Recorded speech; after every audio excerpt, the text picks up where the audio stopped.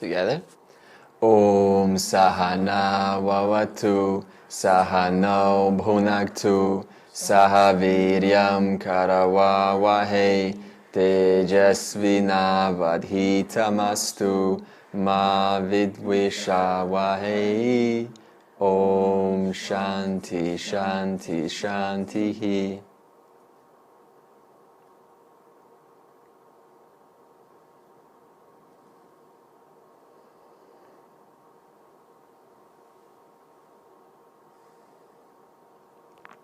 May we be nurtured together, may we be nourished together, may we strive together, may our learning shine, may we not quarrel. Peace. All right, continuing, just for a refresher, we stop at two simple instructions where it requires doing what is best for the situation and living a simple, pure life. That was the description of how to implement karma yoga in one's life. So now to demonstrate how to go about our actions which influence our life and how our actions can indeed produce a simple life, I would like to start off with a story that is going to demonstrate the relationship between cause and effect. And you'll see how through the story that the complexity of the world is so vast that it doesn't make sense to try to sort of worry or get concerned so much about the results of our actions, because of the fact that the complexity of the world goes over our heads. And so the story is called The False Coupon. And there was a boy who was a young boy, was about 5. And he used to get pocket money, $2 every month from his father. And one day, when it was time for him to grab another $2 from his dad, he went up to his dad and said, "Hey Dad, Dad, I need $10. Like the father offered him $2 as usual. But he says, "Hey Dad, I need $10 please." And Dad said, "What? Why? I never give you $10, I always give you $2. And the boy said, "Well," Dad said, "Why do you need this? Why you don't need $10? What's the reason?" And the boy said, his son of course, "Well, I went to the theater and I wanted to go. All my friends went, but I didn't have the money. I only had $2 from last month. So now I borrowed $8 from my friend. So I would like to pay back my friend $8, but also my pocket money of $2. So I need $10 in total." And father, he completely did not appreciate what the son said, because father said, "How dare you, you stupid boy. I didn't tell you to do this. You disrespect me. I didn't tell you could spend so much money. You go on these things behind my back. You're not a good son at all." And the boy was shocked. He totally did not expect this kind of response from his dad. In fact, the boy didn't do anything wrong. He just went to a proper theater and it was very educational. So it's not like he spent $2 on something that was illegal. He was sincerely going for reasons with his friends. But his father did absolutely not give him the kind of response he wanted.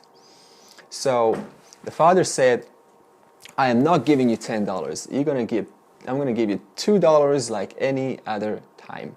Go into your friends and resolve this with your friends. Do not come to me."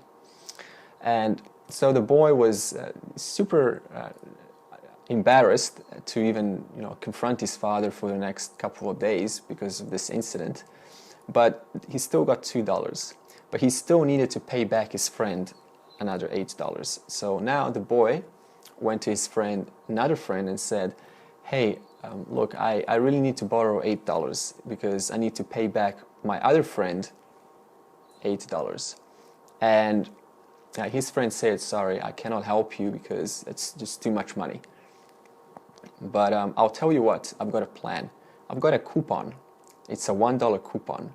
And what we're going to do is we're going to write a 0, handwritten 0, after the 1. So that way, it's a $10 coupon. So that way, what we can do is we can then go at twilight when the cashier is tired, and we're going to give this coupon and hope she doesn't detect that it's actually $1. And the boy, at first, did not like this idea. He thought that this is not nice. This is not what he would usually do. However, something came over him. He still needed to pay back the money to his other friend. So the boy felt something within him that was telling him this is wrong. But despite the fact of him feeling that it's wrong, he still went along with his friend's plan. And so he said, okay, let's do it. So they wrote a 0 and they went to the cashier. And the woman, she indeed took the coupon and she gave the boy $10. The boys were ecstatic. So they went home, and now the woman who had a husband, and the husband was the accountant who counts the money end of the day to calculate the expenses and the incomings and the outgoings. And as the husband was counting the money, he noticed this handwritten 0 in front of a printed 1. And he looked closer and she discovered it was a forged coupon. And he says, did you, to his wife, did you cash this in? She said, yeah, I did. It's from 2 little cute boys. And then the husband lost it. He said, you stupid wife, how could you do this? 2 little kids, they tricked you. How could you not see? I worked so hard, and now I feel embarrassed. 2 little boys scammed us. You're just not a good wife at all. And the wife, she completely, she was shocked. And she said to herself, my God, my mom was right. I should have not ever married him. So their relationship deteriorated from that one little incident because of the anger and the misappropriate reaction of the husband. And so then the husband decided, because he's a businessman, to indeed do something about this because he doesn't like getting scammed. So the husband decided to say to himself, I know a farmer, and I'm going to give this coupon to a farmer, and I'm going to tell him it's a $10 coupon, and I'm going to buy myself planks of wood, which I'm going to then sell and make $20 for myself, because he's a businessman. So he took the coupon and he gave it to the farmer being a simple man, not knowing any better, indeed did not see or recognize the 0, and he took the coupon and he gave the couple of wooden planks to the businessman, and the businessman was super happy and the farmer was super happy. And so the farmers thought, this is such a good deal, I'm going to go and celebrate. So then the farmer took this coupon to the bar to have a couple of beers. And he gave this coupon to the bartender, and the bartender looked at it and he discovered it was forged. So the bartender called the police, and the police came and arrested the farmer.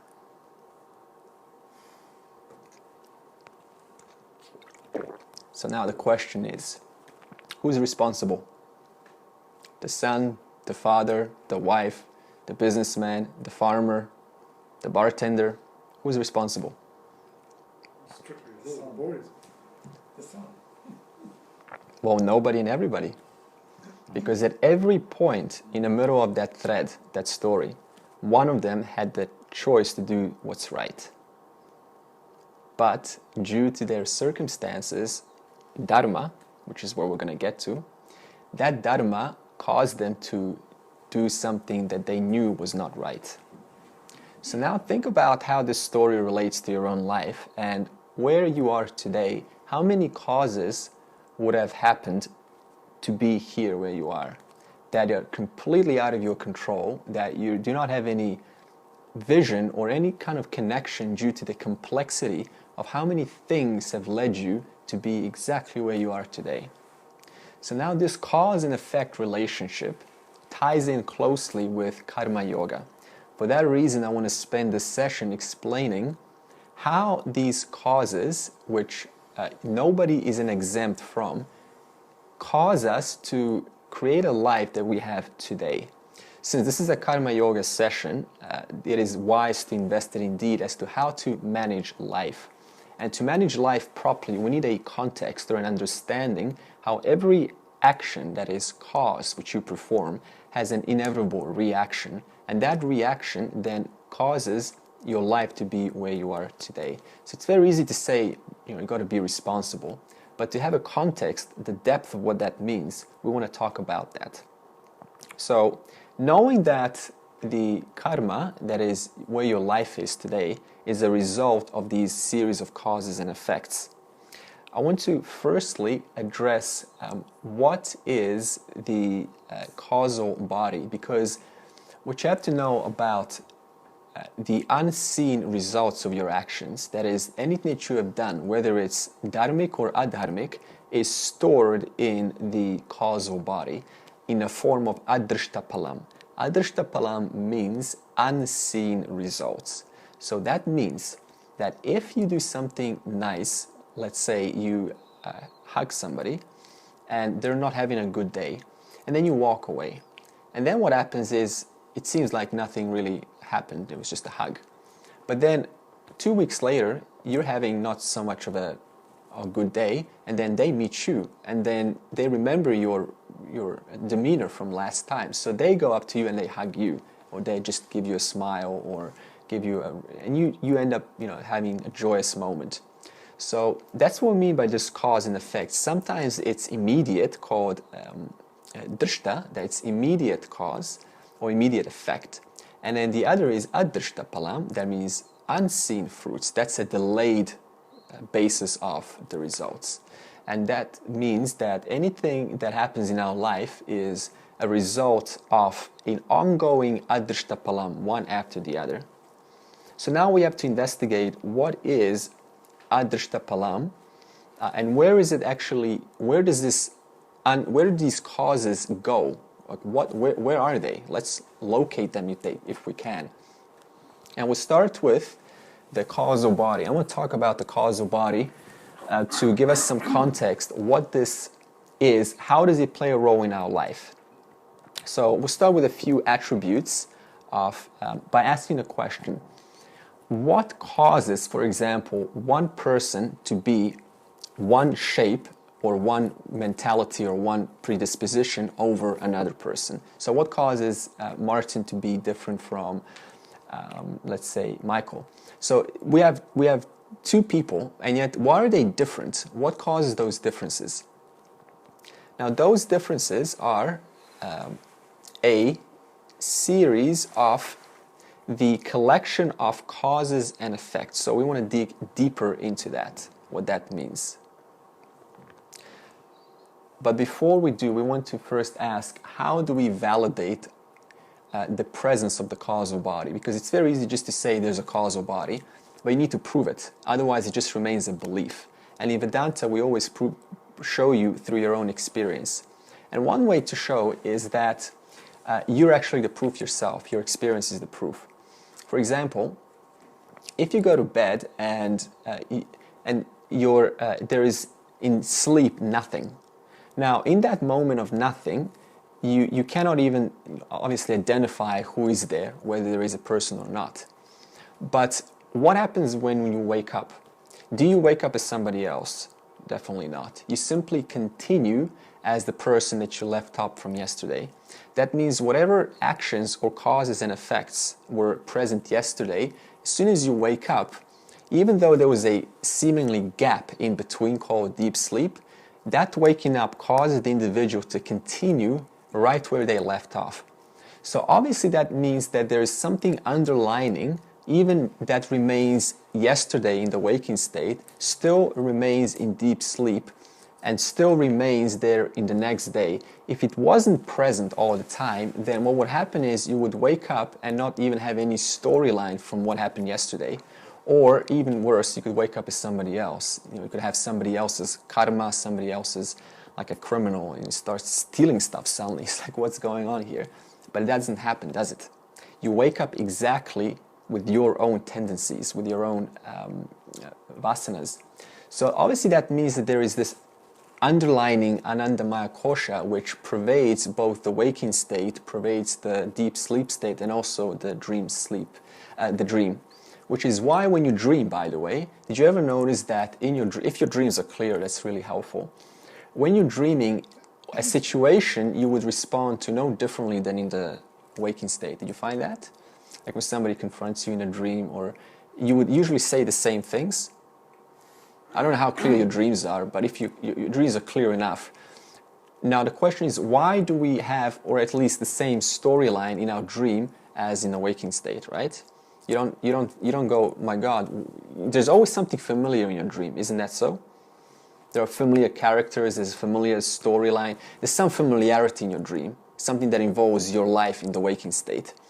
So now, why is it that those circumstances are there?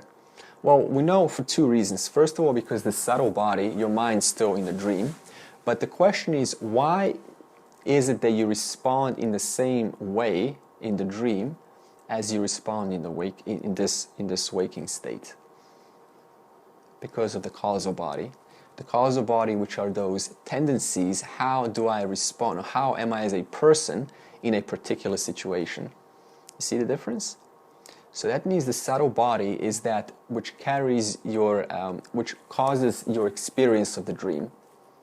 And in the dream, once again, there is a certain way of dealing with those characters in the dream. How is that possible? Because the causal body still remains.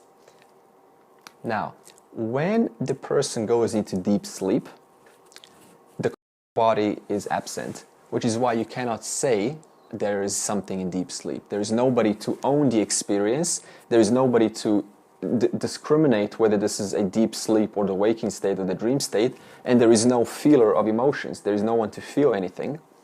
So then we say, well, deep sleep has no experiencer, and that's true. However, we do know once again that upon the waking, despite that gap, there is a continuation from the previous. How is that possible? Because of that continuity of the causal body. So now, let's just talk a little bit about the features or the characteristics of the causal body, and I'll tie this in to see how it plays with the everyday actions in terms of dharma and karma. So the causal body is what stores, quote, stores your tendencies. And that means that every action done now, in the present, creates a result. In other words, creates an effect. Okay, is that clear? If I drop this, that's an action, it's going to fall. That's an effect. Very simple. Which then, that effect becomes the cause for future action. You see that? So in other words, how I respond today, or the choice of my action, becomes the means to how I respond next time. You don't find yourself responding one way and then the next time responding in a different way. There's always a theme, a certain way of responding. You find that in your experience? Yeah. Okay, so the effect which is created, that means when I drop this, that effect has two parts, drishtapalam and adrishtapalam. The immediately seen result is it's dropped. But the unseen result is, in this case, if I dropped it on the floor, then maybe a dog would start barking 5 minutes later. And then I wouldn't be able to trace that bark to the fact that this pen has fallen. So that's what we call adrishtapalam. Or in a personal situation, when we, seemingly read a book and it feels like nothing's happening, you have that experience like what's the benefit of this? But then what happens is the more you read it, the more you start to see that these circumstances, or the book's information is changing the course of your perception. It's changing the way you look at things. And it happens very gradually and slowly. And sometimes the adrishta palam, the unseen, it's so slow that we actually believe that there's no benefit here. You know, I'm not seeing any results because we're used to seeing immediacy of our actions. So that's why we have to sometimes be patient and wait for the actual results. Yeah. So that's cause and effect as is experienced by you, not as is experienced by whatever else it is on the external. Yeah, cause and effect is, of course, for you. Because, you know, for every individual carries a different action. Because there must be cause and effect that is keeping the pen where it is now. There's obviously cause and effects continuously and instantaneously all over. Yeah, exactly. So, so for example, here's a live example. So I talked about the pen, and I put the pen down, and then Martin made a comment about that pen. You see, so the cause was speaking about the pen, and the effect, in this case, adrishta palam, it was delayed. And then came. And so now I'm having a reaction, I'm having a response, which is another cause, and that response is going to have an effect of him shaking the head. And then I'm going to smile back, so my effect is now being influenced. So now imagine the totality of... Exactly, you see? And everyone else is smiling. So it all started, and then he's putting his hands up like that. It all started from a little pen like this, and we're completely, totally innocent by this consistency of these causes that we do, which produce effects, which then produce causes, once again, to deal with the effects. Okay, so that means right now, what you're experiencing is the effect of the cause of your past. That means, so putting that in simple English, that means today you're a result of everything you've done in the past. The totality of all the actions, part by part, segment by segment, is now what's causing you to think the way you're thinking, to be the way you're being, to generally see things the way you're seeing. So that's it, where our first lesson comes, and we will ask Gareth, what's the question? Oh, sorry, I'm just thinking that the trap that I sort of am led to in this is your own sort of karma management. Like, if I do this, then I'll get this result. Yeah. So if I actually do something wrong, hey, I better make up for it by doing something good. And I think that there's a tendency that some people can get into if on a spiritual path. Yeah. Yeah. So the unseen thing, obviously, well, it is out of our control. But sometimes we take ownership and go, oh, I did something wrong. Hey, I'm going to get punished soon, so let me get in quickly. Yeah. I'll do something good. Yeah. And that's illusory, I think, or that's deluded, because I don't know that's the ego going in, okay, I'm going to manage myself now. Thank you. You know? Yeah, so exactly. So Karma Yoga just says, let the result of that action, because it's gone. You've done what you've done, and you only had the resources, the best resources you had in that moment. So there's no point trying to now go back and say, oh my God, is this going to have positive or unpositive? Because what happens is the effect's going to come back whether you like it or not. But then where your power is how you're going to deal with that effect from then on, your response. And see, the thing is, then let's say a negative effect comes, right? Because I've done something stupid in the past. So the effect that's going to be highly inappropriate obviously is going to come back, because there's always a correlation. If I slap someone, they'll slap me back, you know. It depends, of course, on their own predisposition. But surely if you apologise and be...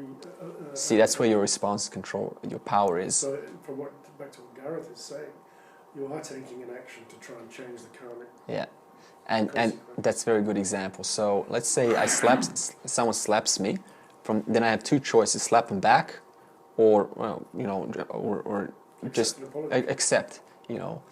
So in other words, even if someone else has done this unjust cause to me, it doesn't stop there, because now I have to. There's still another person now who has to respond, right? So that means if you're not careful, then you can fall for their trap, because it's very easy to want to slap them back, but slapping back is what? Himsa, injury. So then you're going to feel bad also. So that's where I know it's very hard, because see, it's very easy to kind of do something that carries the same quality as what they've done to us, kind of teach them a lesson. But then if we do that, we'll succeed. But that's also going to have these two qualities, drishta and adrishta palam. The drishta palam may be, we're going to feel satisfaction in that moment of getting them back.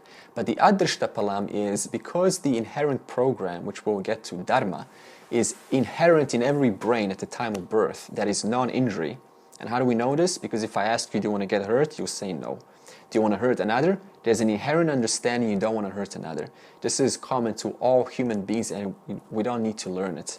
If we violate that program, there's something in us that doesn't feel right. Yeah. Now, the quantity of the magnitude of feeling right or wrong about it depends on how much our minds are clouded by tamas. If our minds are highly veiled, then we're going to have no problem hurting other people. If our minds, the clearer our minds get, the harder it is to hurt people or to judge or to criticize. So there's a direct correlation. Because the clearer the mind is, then more, you could call it a reflector of the awareness is present. And awareness is love. So it's very hard when there's so much love reflecting to try to hurt another person, because there's nothing but love reflecting back. But if that intellect, which is where that reflector is, if you want to give it a location, it's not a location, but I'm just for quantifying it, then if that intellect's covered with tamas, then what's going to happen is there's no sense of empathy or compassion for another. So the quality of the action entirely depends how pure the mind is, or the quality of the response to the cause. Okay, so right now what you're experiencing, once again, is a result of the totality of all the actions that you've done in the past. And how you respond, as I said, becomes the way which is going to influence how you are to address the future when that situation comes up again. You see, so that means every action that you do now in the present is going to determine the quality of the kind of action you're going to apply next time when that similar situation arises. So now the question is, go back to Garrett's inquiry, that comes to a point where one has to be consciously mindful of what kind of actions is one putting out, knowing that every action carries a drishta and adrishta palam. So the question is, do I want to put out an action which is going to have a adrishta palam, unseen result in the future, which is going to cause me inconvenience and everyone else, because there are people who depend on you, and if you're in a bad state, those who depend on you are also going to catch that. So it's not just about you, there's always this interconnectedness. Or is the action that I apply right now, based on the effect of somebody else, going to cause a adrishta palam, which is going to be a favorable response in the future? So that means one can entirely take ownership of their present or their future by owning the present kind of actions that they're imposing in every minute.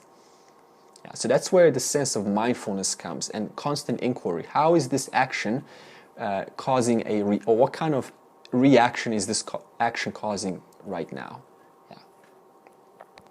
Okay, so for that reason, we don't say that, we reserve this word destiny, because destiny, this sort of has a pessimistic view of your future is set.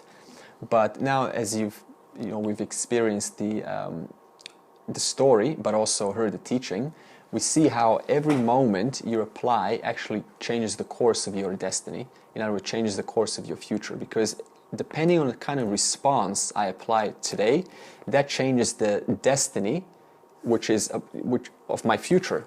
But since you're always applying different actions, that means the destiny is always changing.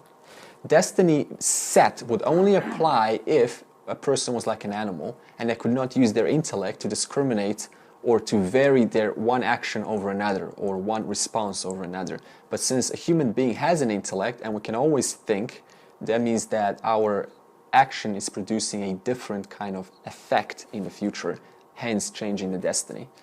You see that? Couldn't the intellect be part of destiny? Like the use of the intellect? Say again? Couldn't the use of the intellect be part of the destiny? Yeah, that's a good example. So one way to explain that is just imagine a log. Okay, imagine a log coming down on a riverbed. Okay, And now you're in that log, and the log's traveling 10 kilometers an hour, because that's how fast your destiny is going, right?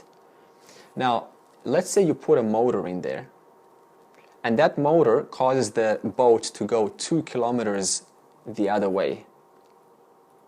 So now that means what? The log is still traveling down, but it's traveling now 8 kilometers, because there's 2 kilometers this way. So that means your action does have a small influence, but it's still altered by your existing destiny. So now let's say you apply a little bit more willpower, and then you get that engine up to 11 kilometers. So that means what? The law, your destiny is going 1 kilometer, 1 kilometer down the street. Well, it's actually going 1 kilometer the other way. Yeah.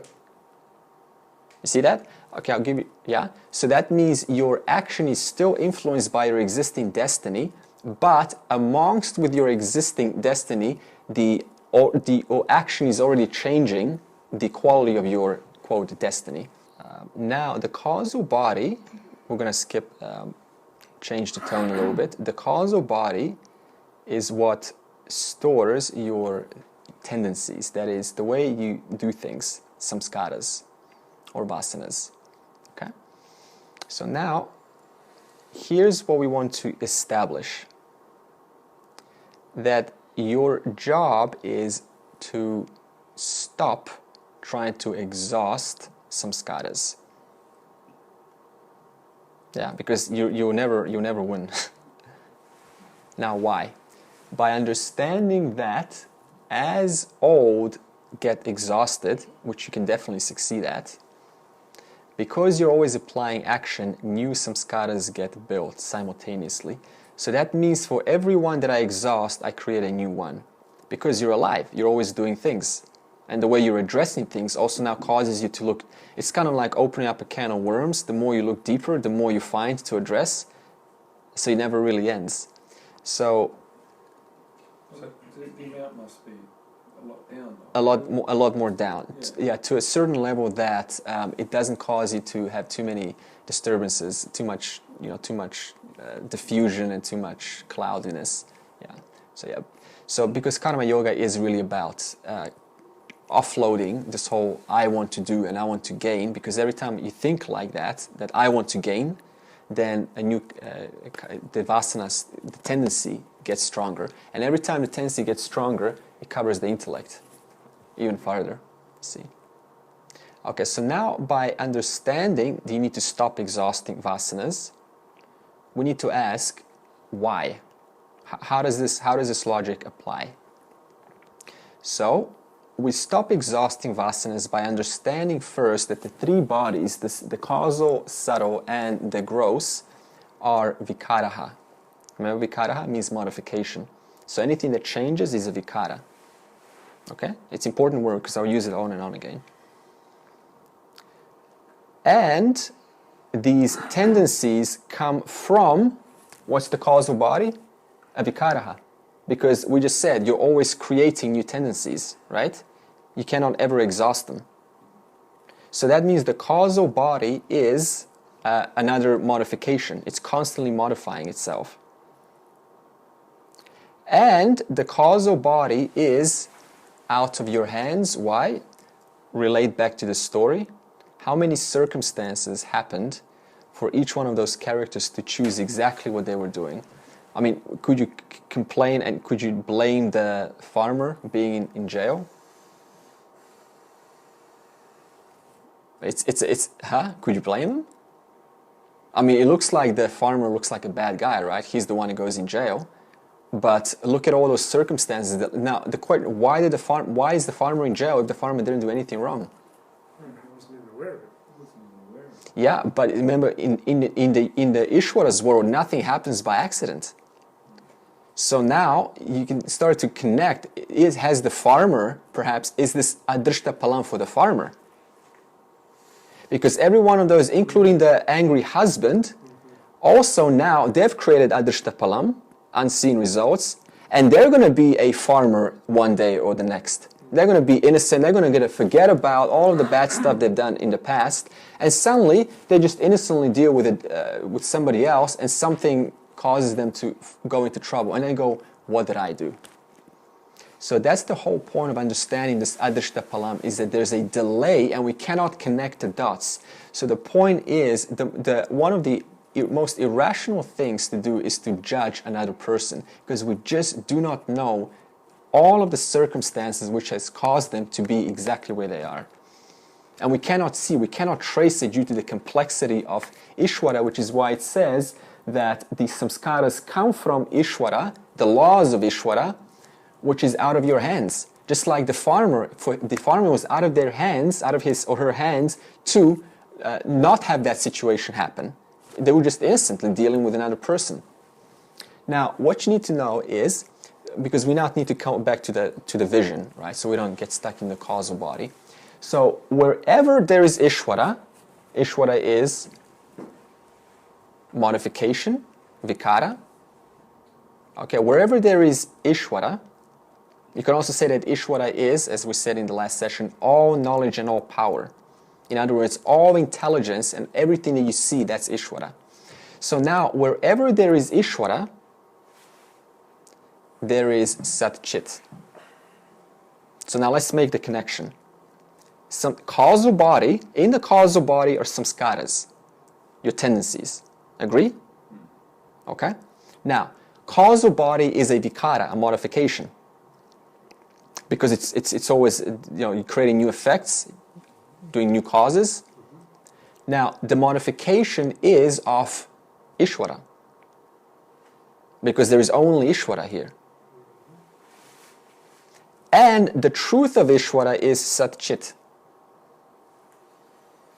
So that means that wherever there is any kind of modification, including the causal body, including the effects and the causes that are happening in your life, the inquiry is simply like this. Of what are these tendencies of? They belong to the causal body. And the causal body is a vikara. And a vikara is of Ishvara. And the truth of Ishvara is Sat Chit. And I am that.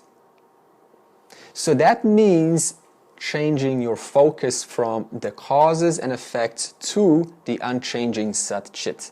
Because we just said from the beginning that you're never going to exhaust the causal body. So there's no point trying to become a goody-goody. There's a certain purity, a certain level of work, sure.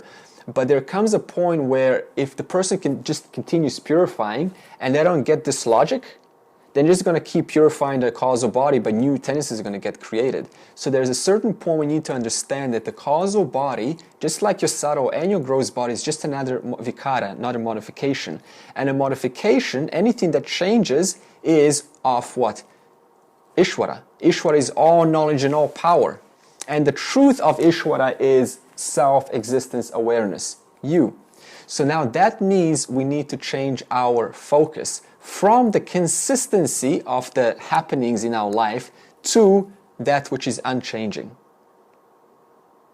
Okay? So I'm going to explain that more as we go along. Could I just say something there? I'm just trying to reconcile something you made here. So that means that the victim is as guilty as the perpetrator in terms of the... Yeah, because there's a connection. See, nothing happens by accident here. Usually we blame the perpetrator and we go, oh, poor victim. But we don't know the whole storyline of what that victim has, if you understand cause and effect. Because, see, in the universe, there's no such thing as beginning or end. Everything is eternal. Or separate. Yeah. There's not everything is eternal. So this causal body is like a seed. So every person you could say has a seed. And this seed, just take like a bean seed, for example. Now let's take a bean seed which creates beans, right? That's what a bean seed does. Mm-hmm. Now that bean seed has a certain personality, a certain texture, a certain quality about it. And that bean seed is going to die one day, right? All plants do. But what does that bean seed produce? Seeds, which fall in the ground, which produce another bean plant. Now that means that bean seed contains the quality and the story and the tendencies of the previous plant. So that means all the qualities that the previous plant had, that goes into the seed which it produces, which then falls into the ground, and that seed now grows. And let's say that seed now has to adjust the new environment, let's say cold weather. That means that plant now gains another quality called cold weather adjustment. And what's that plant going to produce? Another seed. And the next seed now contains not only the adjustment or the flexibility of the cold weather from the previous, but also of all the other previous plants. Similarly, the causal body of you as an individual is nothing but an endless continuation, just like that seed, of previous tendencies. That's why we say that the idea of, when you start to look at it this way as an endless continuation, then this rebirth of the person becomes completely reasonable and justifiable, due to the fact that just like a bean seed contains its traces from the last plant, so does the newborn person contain traces, due to the causal body, from the previous tendencies of the previous life. Okay? Now, when we know and accept, so when we understand this logic, then we can shift our eye from the vikara, you see that? Shift the eye from vikara, from the modification, to sat chit. Can you distinguish Sat-Chit from awareness? Sat-Chit is awareness, Is yeah. awareness. Yeah, Is another name for it. Yeah, exactly. Yeah. I'm using all these different names because the tradition of their usage. Yeah.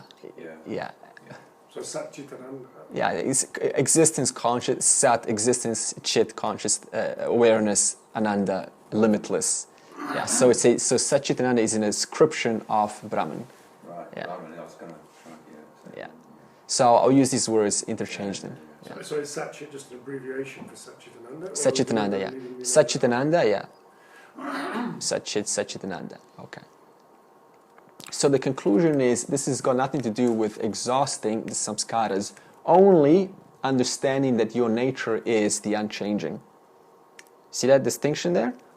So what does a wise person and an unwise person know? The unwise person tries to constantly address the vikara, the modifications, which are endless.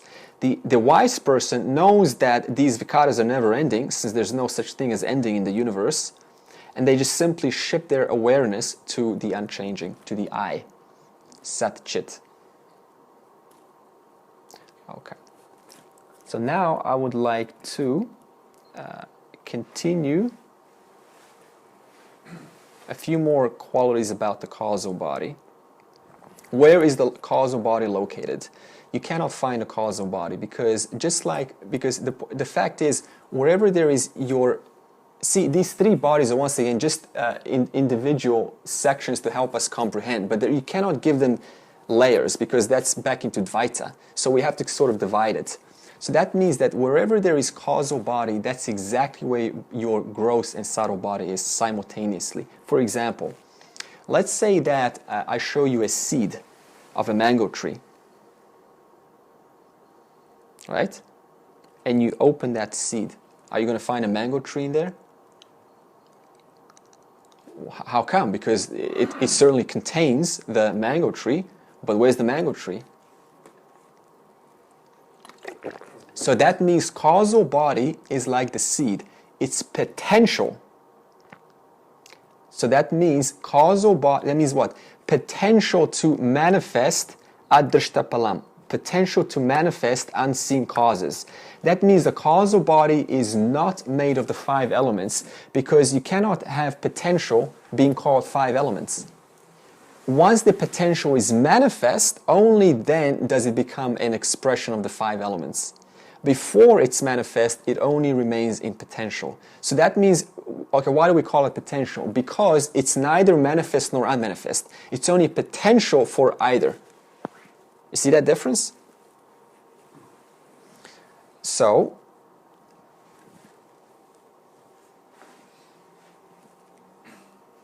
science would say that the potential is in the gene structure and all that. Yes, it is. Yeah. Yeah, we're going to get to that. So there's certain laws play in the world. They're biological, psychological, physiological, genes, right? So now you're going to say, well, is a person who's born, are they one of them, or are they all of them? In Vedanta, we make it very clear, they're all of them. A person is all of them, including the genetical. But the two other laws that that are missed out in science are dharma and karma. Because remember, causal body, the seed carries the blueprint of the continuation of all the previous bodies. We're going to get to dharma and karma now.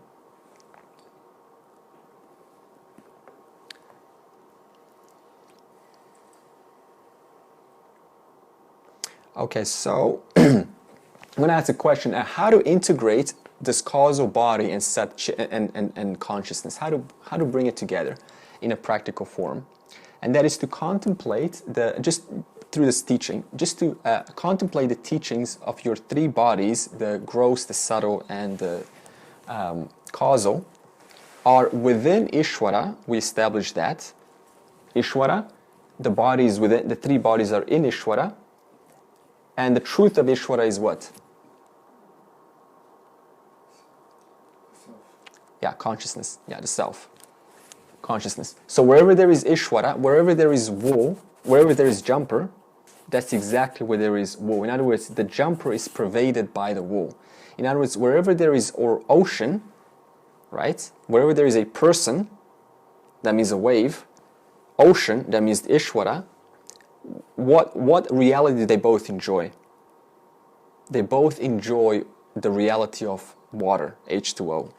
So whether it's jiva, whether it's a wave, whether it's Ishvara, the reality which they both enjoy is consciousness.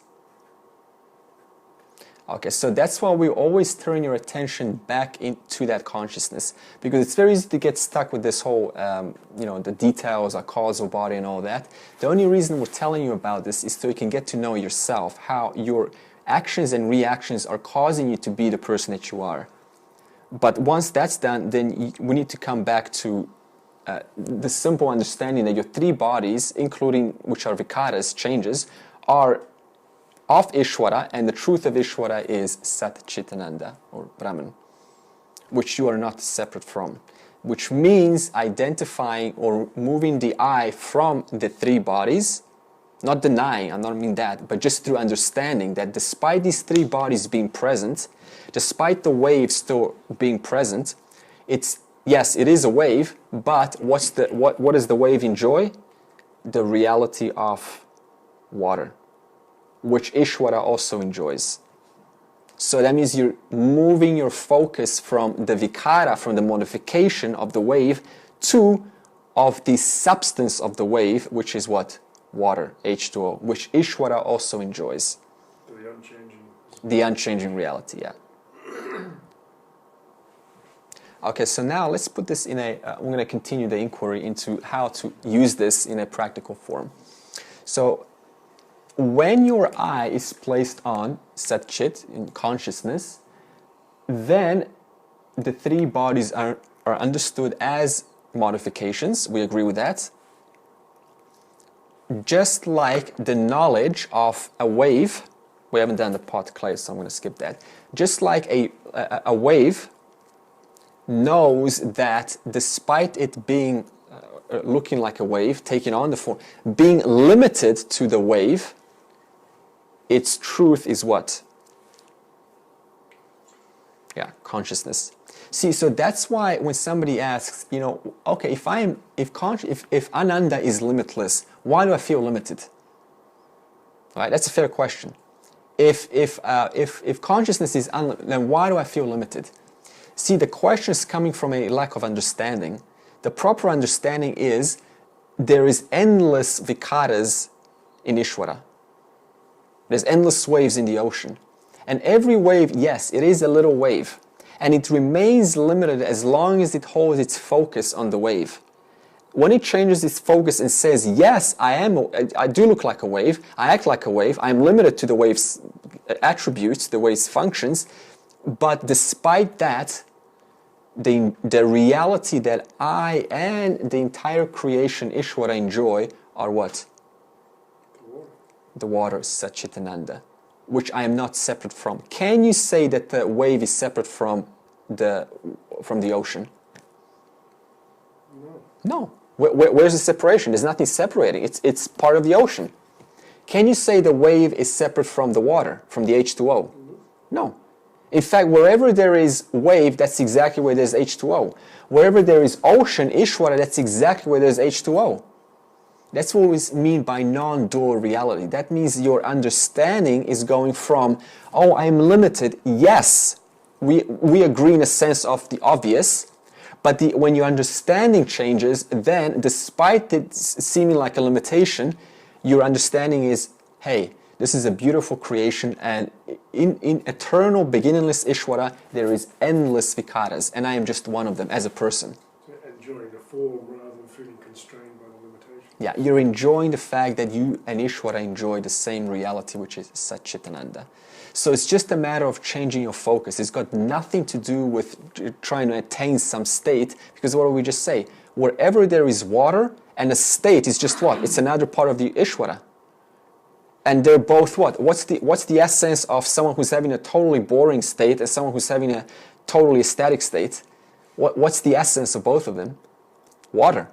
So then how does it make sense to try to attain some state? It's just a matter of moving the focus from the vikara, the modification, to that which permeates both the modification and the entire creation, Ishvara. The self-identity has to be yeah. the consciousness, not the form. And the funny thing is, it can be done right now. That's why there's no such future point of understanding. It's just simply, okay, I accept it. It's just because see, how is a wave going to gain by trying to hold off its understanding that it's actually the water? It's not going to gain at all. It can actually just recognize it instantly, because that's the fact. That's the truth. All right.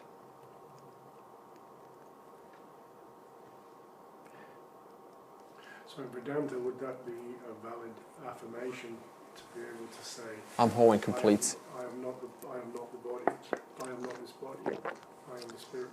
Would that be a valid affirmation? Okay, see, there's only water. Okay, so we'll address that. Would a wave need to say, I am not the wave? Only in actuality, it's the water. True. So does it make any difference if the wave affirms that it's not, because that's a lie actually, that it's not the body. See, there's only water. So even if the wave says I'm not the body, that's actually not true. Because the truth of Ishvara is vikaras, there are endless vikaras, right? And it doesn't matter how many vikaras there are, they're all what? The essence is water. That's why the affirmation style of trying to go, oh, I'm not the body, I'm not the mind, I'm not the intellect, I'm not this, I'm not that. That's actually, we have to drop that too, because the understanding is, whether you say that or not, whether the wave says that or not, it's still the water. And you cannot do anything about that. So it's just simply acceptance and through understanding of the teaching. But it's valid as a stage to go through, isn't it? It is a stage. As an initial recognition, but you're not identifying just with the body. Yeah, you could see, yeah, but see, in Vedanta we don't do that. We don't do the whole, I'm not the body, I'm not the mind, yeah. We just go straight to, the teaching. Oh, that's great. Yeah. Yeah. See, what we're talking about is karma yoga. That's a stage of going, purifying the mind to have this clarity. Yeah. So yes, there is a stage, of course.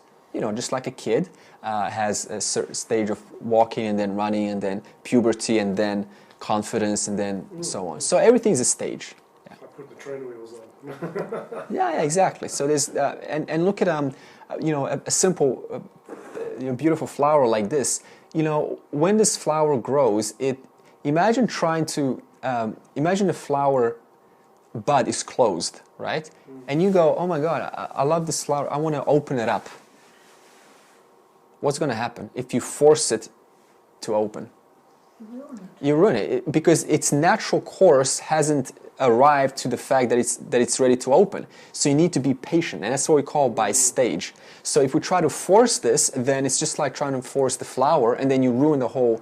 It's like this is not working, and the person gets turned off, and they're back into the world. Yeah. So it's a very gradual process, which is quite a surprise sometimes. Like, I thought this is instant. There's no such thing as that. It's like seasons, one follows the next. Okay, so once again, I'm going to come back to this, where the eye is placed. And so that means if the eye, when we say eye, is placed on the body, see, it doesn't matter if the eye is placed on the subtle body, the gross body, and the causal body, because we said, because they're one. You cannot separate these bodies, right? So that means if the eye is placed on the body, whether it's the causal, subtle, or physical, it doesn't matter. In this case, I'm going to stick with the causal, which is the case for, what we call a person who's yet to become wise. Yeah? So their eye stays in the body. So now let's see what happens and then tie it into the story. We said that causal consists of adrishtapalam, unseen results. And these unseen results give rise to situations. Now, these situations are based on certain laws of gravity, Ishwara's laws of the society, laws of your culture, laws of you got biological laws, psychological laws, physiological laws, genetical laws. So all these laws are certainly included, and that's what causes the person to be how they express themselves. We have no disagreement about that. So we're not saying it's just your causal body. No, there's more to it. There's there's biological, there's physiological, and all these other things. For example, physiological, you get confronted by a tiger, you're going to run, right? So that's what I mean by laws. They're inbuilt. Okay. The other two laws that we have to understand is dharma, which is why, that's what dharma basically is. It's knowing what is right. And karma. So now, how do we know, once again, the existence of the causal body? Because, we have to prove it. We can't just say there's a causal body. One way is, as I said, through sleep. It's available in sleep, and it causes the person to wake up. The other way that the causal body can be recognized is that it comes as an inherent program in the brain of every creature, obviously human being also. And how do we know this? Think about it this way. When you're born, and do you have to be told not to hurt another boy or another girl? Do you have to be told that? Or there's just a natural knowing about non-hurting? Huh?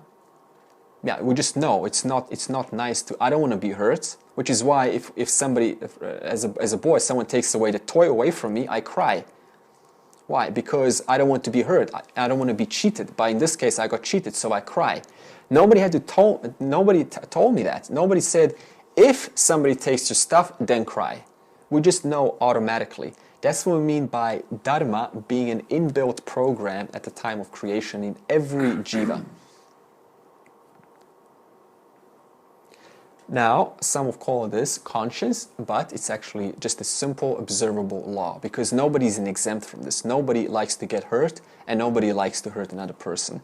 There are exceptions, and that's because we'll discuss why do we violate dharma, despite knowing we should not hurt. Okay, now with this dharma, which is only what a human being is privileged to, animals don't have dharma. Animals are just a program. They're just programmed. Mate, protect, survive. Dharma requires an advanced intellect. So because a human being is offered dharma, what comes with it is a free will. Now, in order to manage your free will, because, okay, just think about what giving you free, what does that mean? That means I can do anything, right? That's a dangerous game, isn't it? To be offered free will and I can do anything. So with free will, there has to come what? Dharma.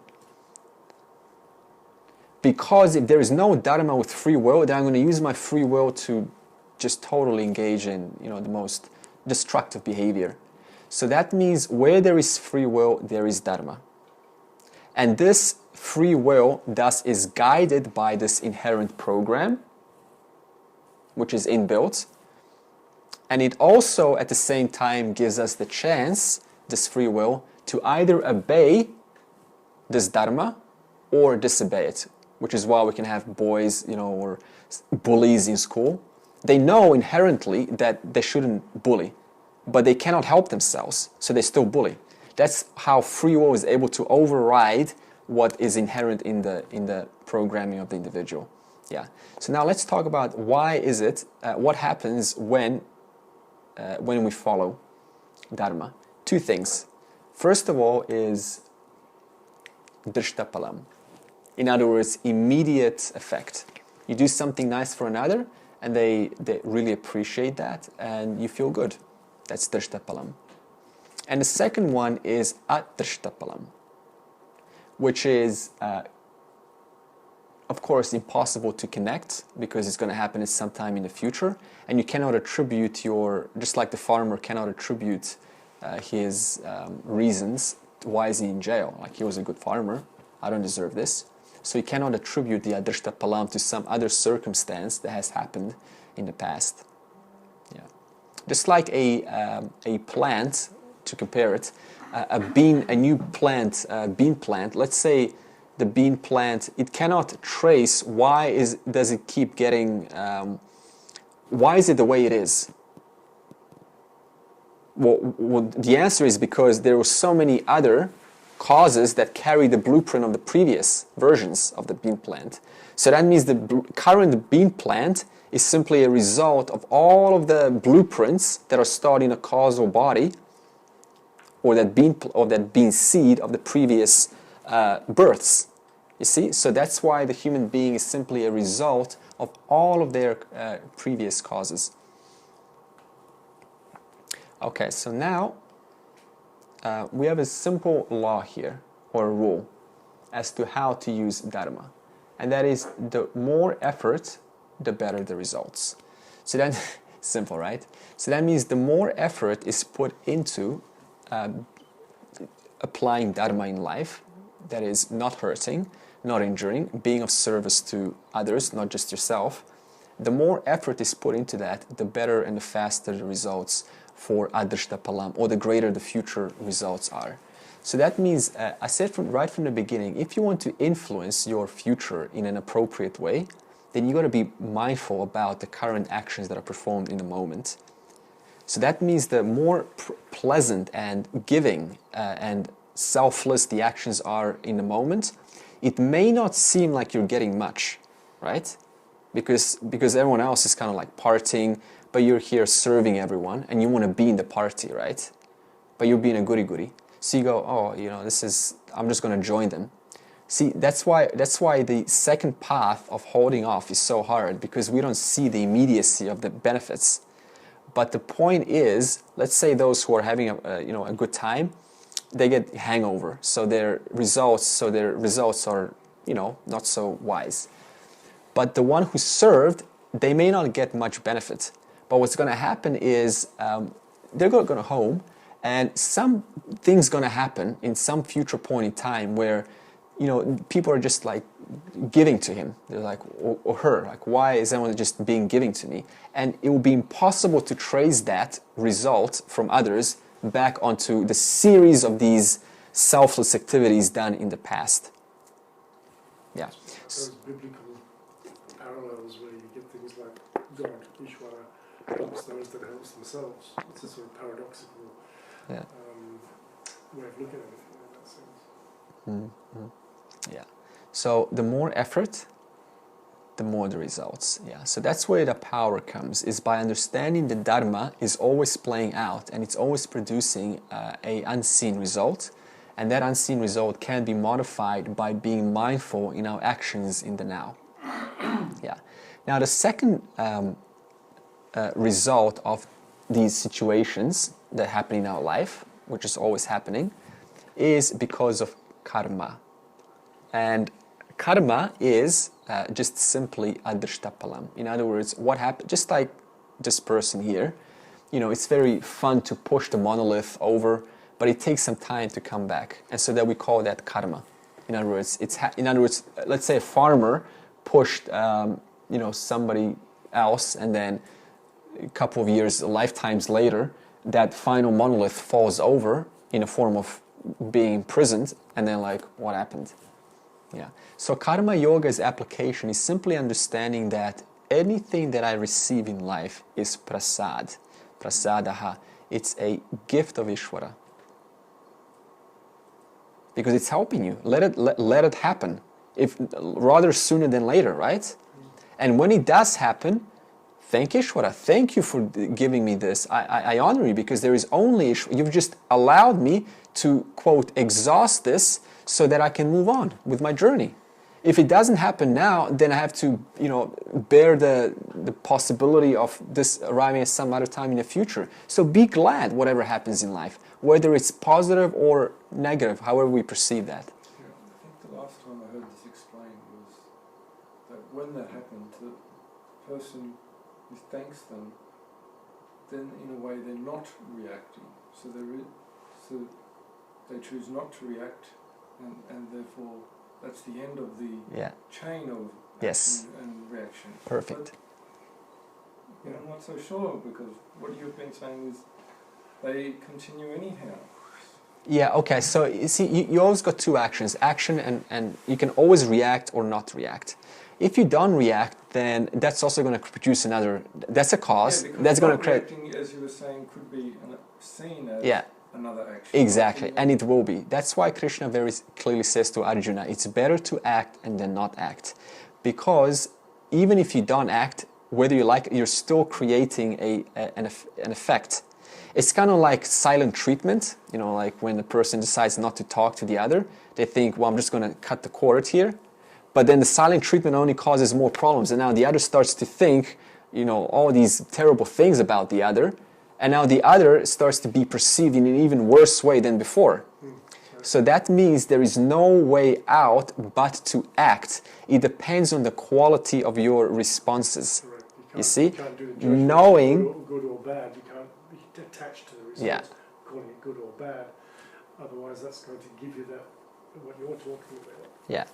So, exactly. So knowing that every action or no action is still an action, it's going to produce some effect. So the only power you have is to ask yourself, okay, just doing the best one can. One way to really assess if I'm doing the best I can is this going to produce more peace or conflict?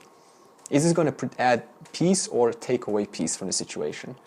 Avoidance would actually put you in a position of weakness. Yeah. Yeah. Because it's easy to avoid things, we understand, but it doesn't work. Like, why would I be avoiding Ishvara? It's Ishvara in front of me. It's one wave and the other wave having an engagement, and they're both off the water. So what's the problem?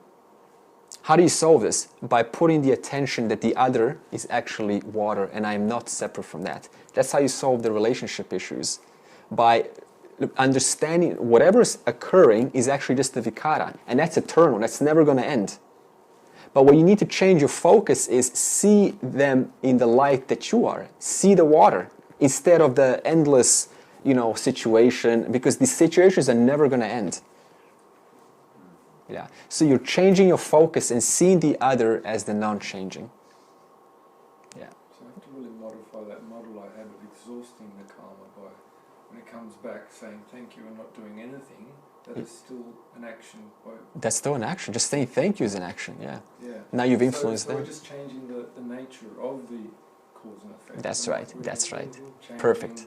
We're exhausting, we're not feeling the gratitude for the effect rather than the attachment to the like or the dislike.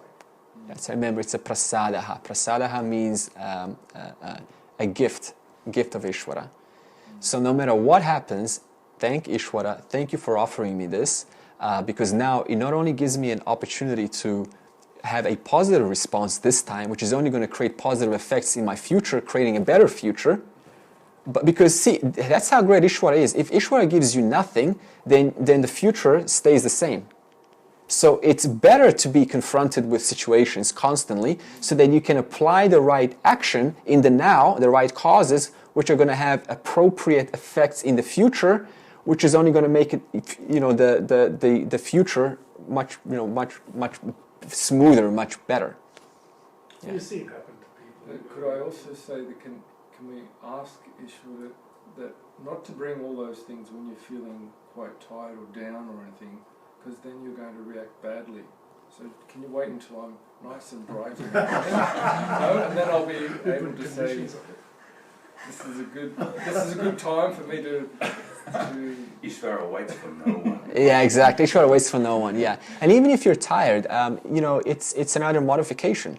So, so you can just. But it doesn't mean you can't have a time span between either an initial reaction, which may be an ego reaction, as opposed to a considered response, which may be appropriate to have a time frame in there. You know? And if you are exhausted and tired and you feel you can't respond consciously to a situation, then clearly you need to maybe have a sleep or maybe have a meal or something. Train yourself to give yourself some space before you react. Yeah. Okay, let's. It's knee-jerk and it's just your ego coming back through dislikes and dislikes. Okay. Okay, let's bring a summary to this. So you're given dharma, that is knowledge, how to guide your free will. That's what dharma is, and you're given that prasad, that gift of Ishvara, dharma, and through that you can modify your, make the right choices that will have positive effects down the line in the future. The causal body is based on, does anyone remember? 2 laws. The causal body is based on dharma and karma. Okay? And what's the causal body? That body that causes you to be the way you are.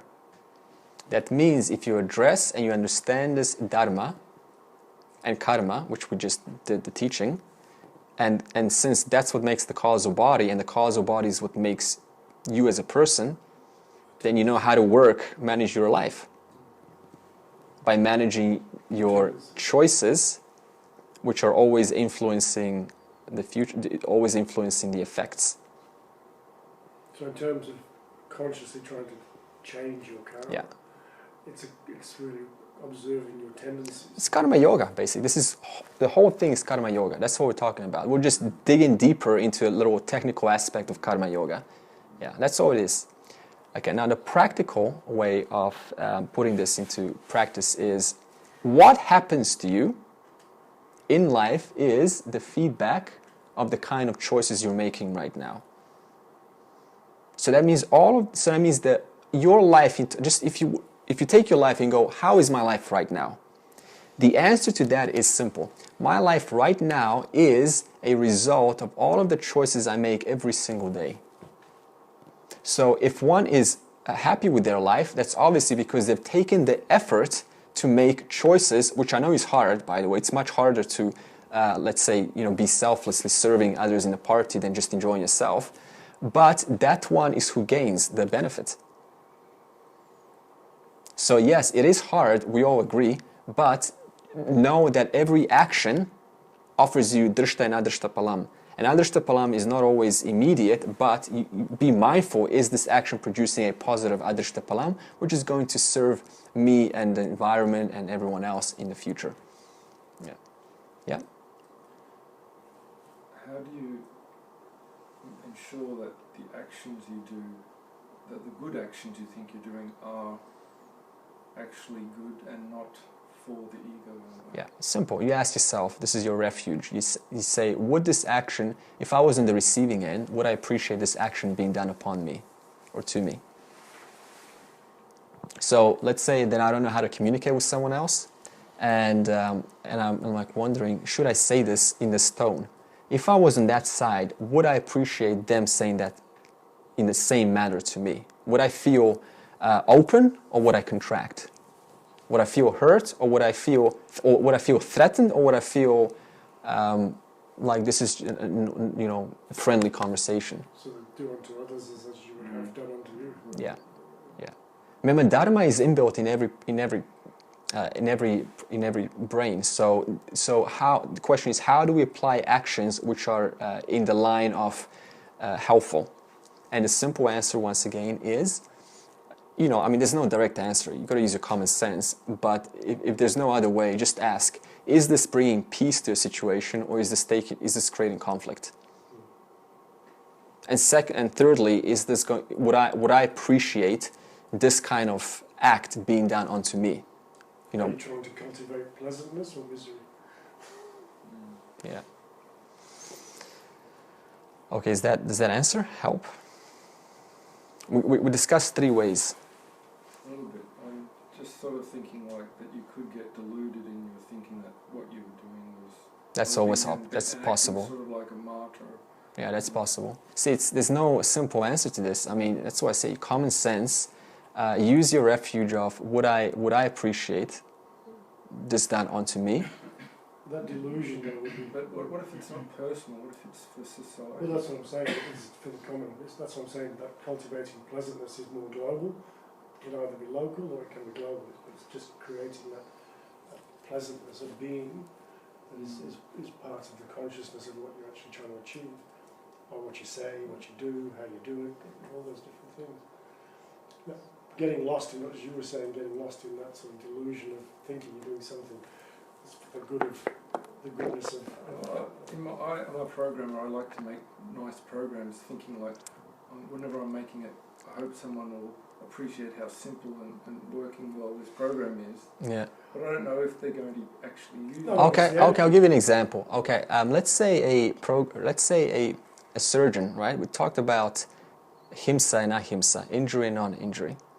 Tell me this: a surgeon is going to cause, obviously, injury, himsa, onto the patient. Is going to cut. Is that himsa or ahimsa?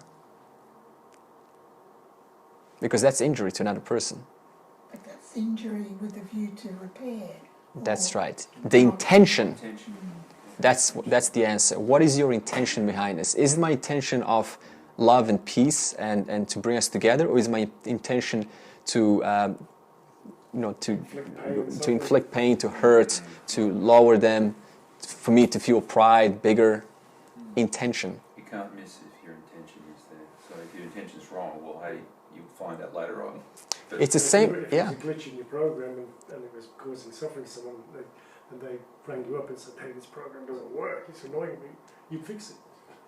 And also remember that, see, Ishvara puts us Ishvara gives us occupation. And it's, on the beginning, someone said it's the attitude that you have behind your occupation. And we're going to get to this next week. The attitude that you have about your work, that's what makes all the difference. It's not about what you do. It doesn't matter if you're a toilet cleaner or what kind of works. It's how am I seeing this? Am I doing this for the whole, because everything is the whole, everything is Ishvara, or am I doing this for myself? If I'm doing this for if my attitude is I'm just profiting myself and my family, then guess what? It's going to be fine. But the problem with that is it's very narrow-minded thinking, and it excludes the entire whole, which I'm also. So that means you got to shift your focus from I'm doing this for myself to I'm actually doing the service for the whole. In the light of ahimsa, non-injury, without hurting. And someone's got to be a butcher. Someone's got to keep cutting the meat, which is ahimsa. So see, you can't really. So a butcher cannot blame themselves. It sounds like they're doing, they're cutting and injuring, but someone's going to do that because there's a service. Ishvara needs. There's a wave, who needs meat. So who's going to do the job? Another Ishvara wave, right? So it's not always, if am I going to hurt? Is my programming going to hurt? You just look at it as, hey, this is an offering.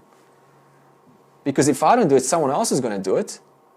So that means your attitude changes from I'm doing this to serve me to I'm doing this to serve the whole. In the light of ahimsa, non-injury.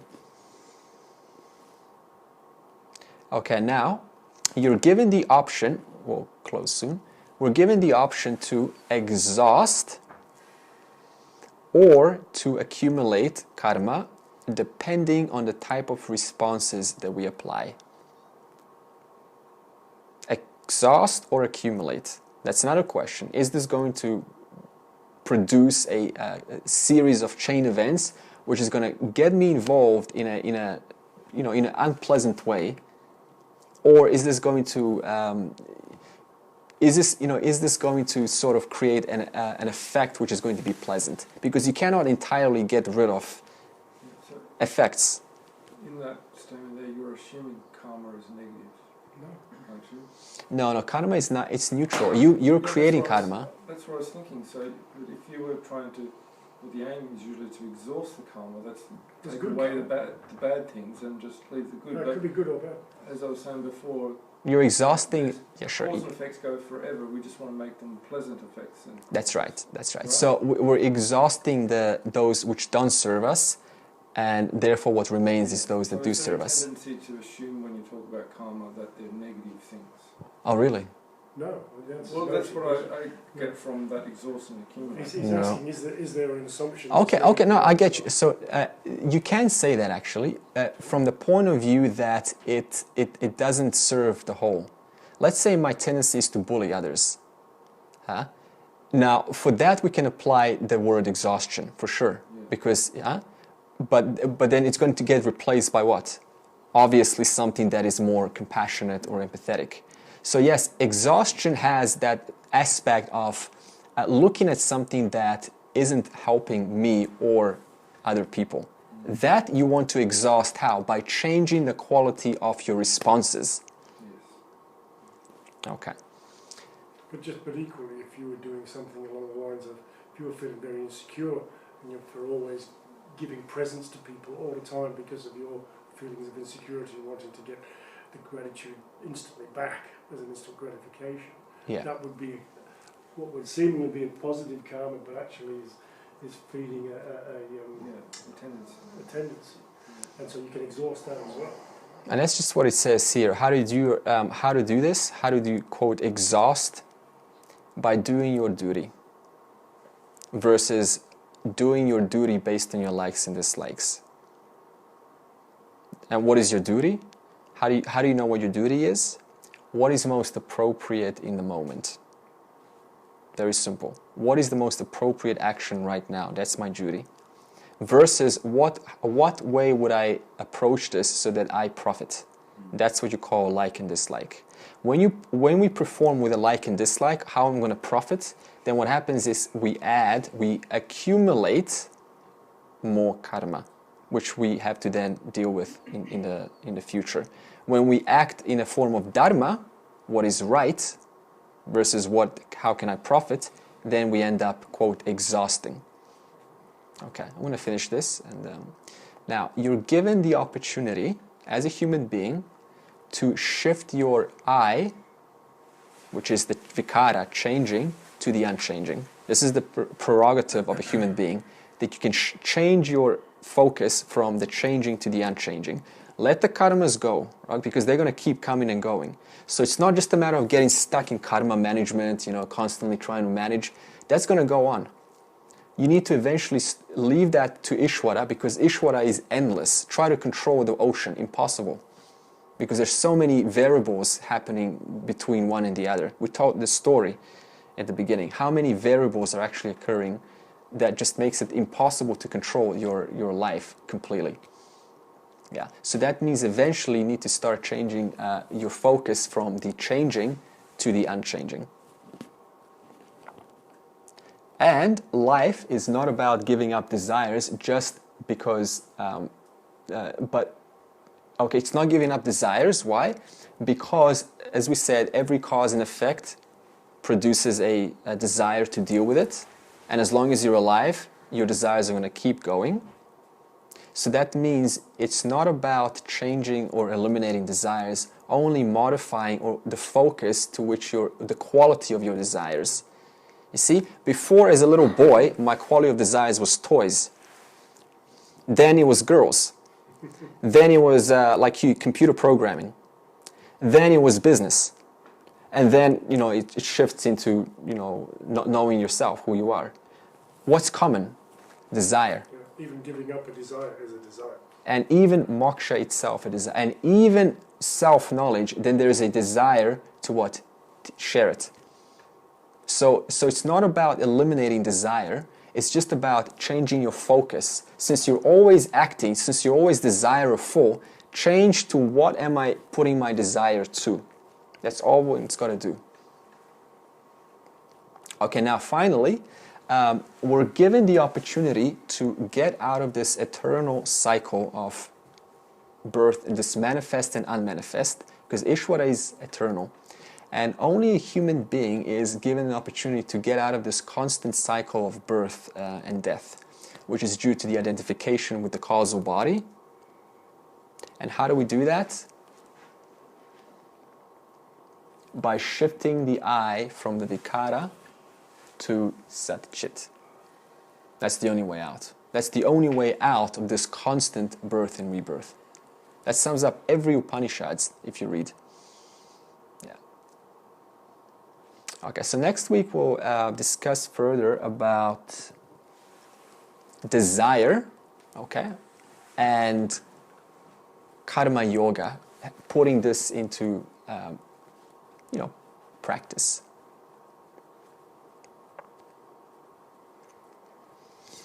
Om Purnamada Purnamidam Purnat Purnamudachyate Purnasya Purnamadaya Purnameva Vashishyate.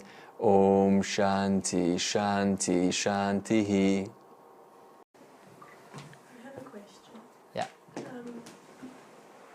So, by saying you want to identify more with the unchanging, is that basically like seeing the oneness in everything, being non-judgmental? That stillness that is in everyone and everything, just focusing on everything still, but still just seeing that we can't attach to different lights.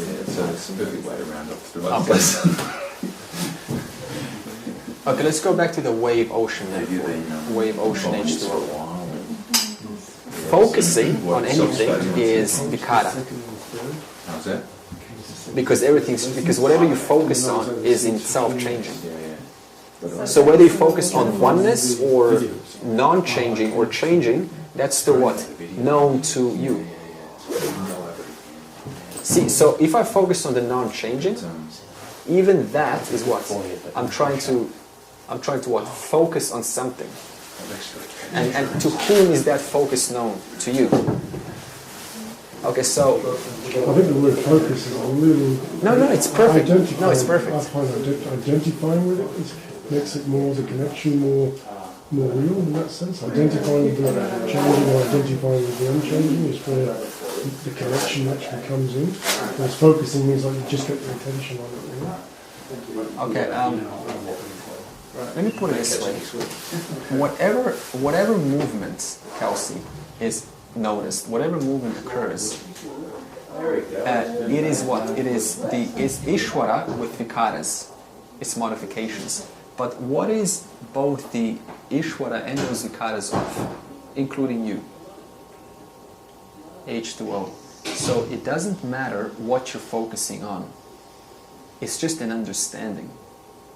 That even if I focus on oneness or two-ness or plurality or duality or Advaita or non-Advaita, it's still what? It's still a vikara which I'm focusing on. And that vikara is also the essence of that vikara is H2O. And the truth of and that's my truth, but it's also the truth of those vikaras. Yeah, so you're trying to just see the positivity in a way, just see... But see, okay. Like, but see the beauty in the ugliness. No, but see, because that's still vikara, that still belongs to Ishvara. So it doesn't matter if I'm looking at a very ugly section of the ocean or a very pleasing section of the ocean. What's the essence of both of those sections? Water. Yeah. So it's not about focusing on either. It doesn't matter. You leave that to the eternity of Ishwara's vikaras, of modifications. It's about staying in the non-changing, simply understanding whatever I'm focusing on is also what I am of. I'm just looking at myself. So you're saying it doesn't matter if it's beautiful or ugly. That's all part of the mind. Because see, your tendency is to think what's beautiful. My tendency says it's ugly. What I think is ugly, you think is beautiful. So, but what's the commonality? It's changing. Not everyone agrees, because here's the thing. If I think that's beautiful, you may think that's ugly. But that's what I'm saying, is you're trying to not have judgments, basically. So you're trying to see everything as one. Okay. But if you don't have judgments, then you're not free. Because, see, consciousness pervades everything. And let's say a wise person says, I'm not allowed to swear. Is that a limited person or an unlimited person? Limited. That's a limited person. Yeah. Because here they are claiming I am one, I am all, but I want to be, I don't want to swear. I'm not allowed to swear. What does that say about that person? They're limited. And unlimited means simply I can do whatever I want in the light of Dharma. Because if I violate Dharma, then the laws of Ishvara are going to cause situations which are going to inflict pain on me. So it simply means that, in your question, that you're not trying to look at anything in particular, because everything is H2O. You see? Let's say a tsunami wave, a very high wave, right? And then a very small wave. But those waves are both what? Of Ishvara, all knowledge and all power. And this, which are what? Vikaras, the same vikara of the observer of those beautiful and ugly waves. And what's the truth of those beautiful ugly waves and the truth of this observer? Stillness. Water. Wow. Yeah. Consciousness. But I think this is what I'm asking. Mm-hmm. I understand what this question. I think you're probably bringing back some of your concepts from other things that you've studied before or looked at before, and you're trying to bring them into this. I think she's fine. I'm following her. What I'm asking is, it asks you to focus or identify with the unchanging. Yeah. But to me, I'm visualizing that the unchanging is very hard to grasp, because it's just a stillness, basically. It's the awareness. That's right. You can't grasp it. Yeah, so you can only know it and then let it go. So what I'm thinking then is the only way to identify it is to not focus on anything, but just know that there is a similarity between everything that connects us all. Yeah, and then let that go. Why have to let that go? No, because see, if I'm trying to hold on that I'm the self, I'm existence, why would a wave try to hold on what it already is? Why would a wave try to hold on to the knowledge that it's the water if it already is the water? So it's just a matter of understanding it and then letting go of the understanding, and then continuing life as normal. But accepting that's there, that's the permanent. It just is. So Yeah. you don't need to hold it. And there's nothing I can do to grasp it, because I already am that. I cannot grasp myself. Because how can you grasp... Okay, I'm going to ask you a question. Do you exist? Can you grasp your existence right now? Okay. Are you aware? Mm-hmm. Can you grasp your awareness? Yes. Are you aware of that? Trying to grasp your awareness? So you cannot touch your awareness. You cannot touch yourself. Because no matter what you do, no matter what you focus on, you're always aware of that focus. Whether it's the ugly or whether it's the beautiful. But even if you try to put awareness on your awareness, try to do that. Try to become aware of your awareness.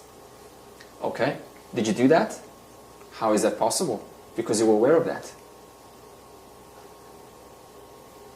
Okay, remember when we did this? I'm going to show you another example. Very important point. Sakshi, okay. I know this object. Does anyone know this object? Yeah, I know this object. So I know that belongs in these brackets. See that? So that I know this object. Now, that I which knows about this object, behind it was an ungraspable principle which says, I know that I know this object. This is where you cannot grasp.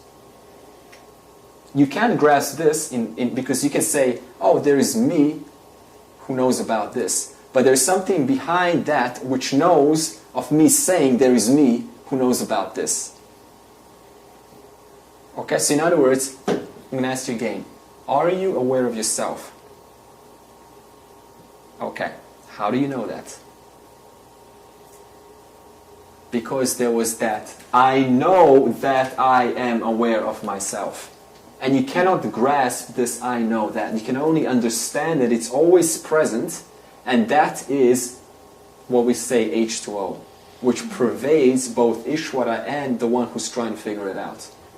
You said something on Sunday which resonated with me, and that was when we were talking about the thinker of the thoughts and the feeler of the emotions, but we're actually the observer of the thinker of the thoughts and the observer of the feeler of the emotions.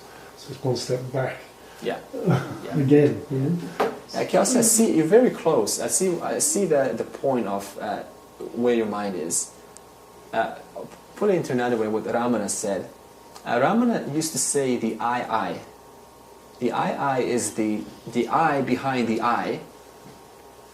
In other words, there is an I who knows about this world. There's an I who knows about this experience. There's an I who knows that you're looking right now.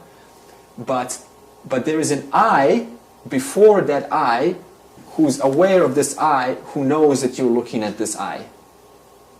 So the I is aware of the I who's aware of the object. When you have two mirrors and you're looking into the mirror, it just keeps going wait. So that's... You can keep going the I behind the I behind the... So eventually you've got to become the observer, which is the... Well, you already are the observer. That's the consciousness. So you're not actually the I, you're the observer of the I that knows the I. Yeah, but even if you say I'm the observer of the I, see, even there's something that knows that I just was aware that I said I am observer of the I. So you cannot grasp yourself. No, that's what I'm saying. You've got to let go. At some point, you've just got to accept the fact that it is and let go. That's it. That's what I've been saying. Because if I try to hold on to it, then it's like saying, well, okay, so what? The wave now knows that it's the water, but then what's the point of trying to hold on to that information? Because whether it holds on to that information or not, it's still the water either way. You cannot do anything about that. Similarly, you cannot do anything about the fact that you exist. You see, because if I just say, can you exist more than right now? No. Okay, that word is not resonating with you so much. Can you be aware more than right now? Can you be more aware? Yeah. Okay, who says, what else? Other answers we get? She says yes. Yeah, that feels... No. Why no? Why can you never be more or less aware? Because awareness is unchanging. Awareness is... Because this awareness, I know that I am more aware. I know that I am less aware. I know that I am not aware at all. I know that I have total awareness. The way I noticed it was actually going backwards, and rather than adding to the awareness, thinking you're getting better, you've actually got to take away the veil that stops you from being aware. Take away the curtains. Yeah. That's a common language. We do say, I want to become more aware, don't we? Vision. Yeah, no, it happens all the time. Add more awareness, which you can take. It happens all the time, and you cannot do that because you still know that you're not so aware. You still know that you're now totally aware. So your awareness has never actually changed. And that's the thing. Don't beat you up about not instantly on top of the whole. Aware as I'm ever going to get. Then if I say this is as aware as I'm ever going to get, I feel like I thought there was something more. That's exactly where the relief comes, you see. That's the practical benefit of this knowledge, is that, my God, there is nothing to search more than what I already have right now. Right. And any level of awareness, that belongs to Vikara. Right. Huh? That belongs to Ishvara. That's got nothing to do with me. I'm the one that knows that there's tons of awareness right now, and the one that knows that there's total gloominess in my life right now. It still doesn't touch that one who's aware of the gloominess and the total lights of one's life. So one just has to come to a point to accept that I am that ordinary, which James says very nicely, puts the word ordinary awareness consciousness. Nothing extraordinary. Extraordinary belongs to Ishvara. Ordinary belongs to Satyam, to consciousness. It's just, there's nothing, because consciousness has no attributes, so it cannot be extraordinary. Yeah. So that means that's where the acceptance of your life and of your experience comes, is that there is no more judgment of trying to modify and make myself feel better. Because why? I am simply aware of the ever-changing vikaras in Ishvara. And that's never going to end. So how is 1 minute of change going to make any difference? Because as soon as I stop changing, guess what? The next minute is still there, right around the corner. So I'm going to get endless samsara trying to fix my vikaras. So it's just a matter of going, my goodness, there's nothing I can do about the fact that I'm already aware, that I already exist, and anything else in that existence is a product, is a constancy, eternal creation of Ishvara. And I let that to Ishvara, including the death of this body, and I just stay simply in that understanding. And then when I do, I even let go of that understanding, because there's no need to understand. As soon as you try and grasp something, you're limited. Yeah, there's no need to grasp something, like, once you figure out how to tie a shoelace, you need to, like, keep reminding yourself, I need to recall how to do this. Once you know how to tie or drive a bicycle, let's say, or drive a car, that's it, you let go. You don't become good at it until you do let go.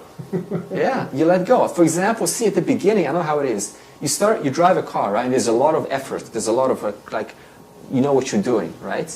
There's so much, like, activity and putting the gear and this and that. But then the better you get at it, the more you start to kind of practice and get into that rhythm, what happens eventually when you become a really good car driver? Do you say, hey, I'm a good car driver? And there's a friend sitting next to you. You don't even say that. You're just totally in a world normal, doing everything. You're not even paying attention to who's driving the car. It's just natural habit and still participating with everyone else. So that means at the beginning there is that effort. I get it. But once it becomes a constant practice that I'm the unchanging awareness and I cannot do anything about that, then you just simply let that go, and then life continues as normal. And there's a simple acceptance about everything, because everything is Ishvara and that's not in my control. So why should I put any effort, even 1%, trying to modify something that's totally out of my hands? The only thing you can do is just recognize and understand I'm the non-changing, and when that's totally firmly established, let that go. Just like letting go of the fact that you're a car driver. Then you just get in the car, you drive. Everything's fine. So it's like, once you've exhausted enough vasanas that you feel you're not getting disturbed, you're at a good level, then you can let go of the idea of that reminder that you have to keep. That's right. Reminding yourself, okay, think of it this way so that I feel better. Yeah, that's right. Feel more natural about it. Yeah. At the beginning you can affirm. There's a beautiful affirmation. We say, I'm already whole and complete. Whenever a desire arises to, or a thought that I am small and inadequate, a simple affirmation is, I'm already whole and complete. In reality, I'm whole and complete. I may feel small right now, but in reality, I'm whole and complete. So that's, as you were saying, stages. But even that eventually is unnecessary. Just like you don't need to remind yourself to, press the clutch before turning the gear. It's just automatic. Yeah.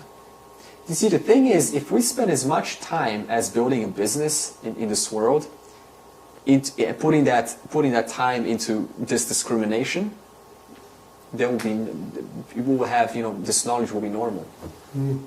So it's no different than building a business or doing something, something of high virtue than this knowledge. It's the same thing.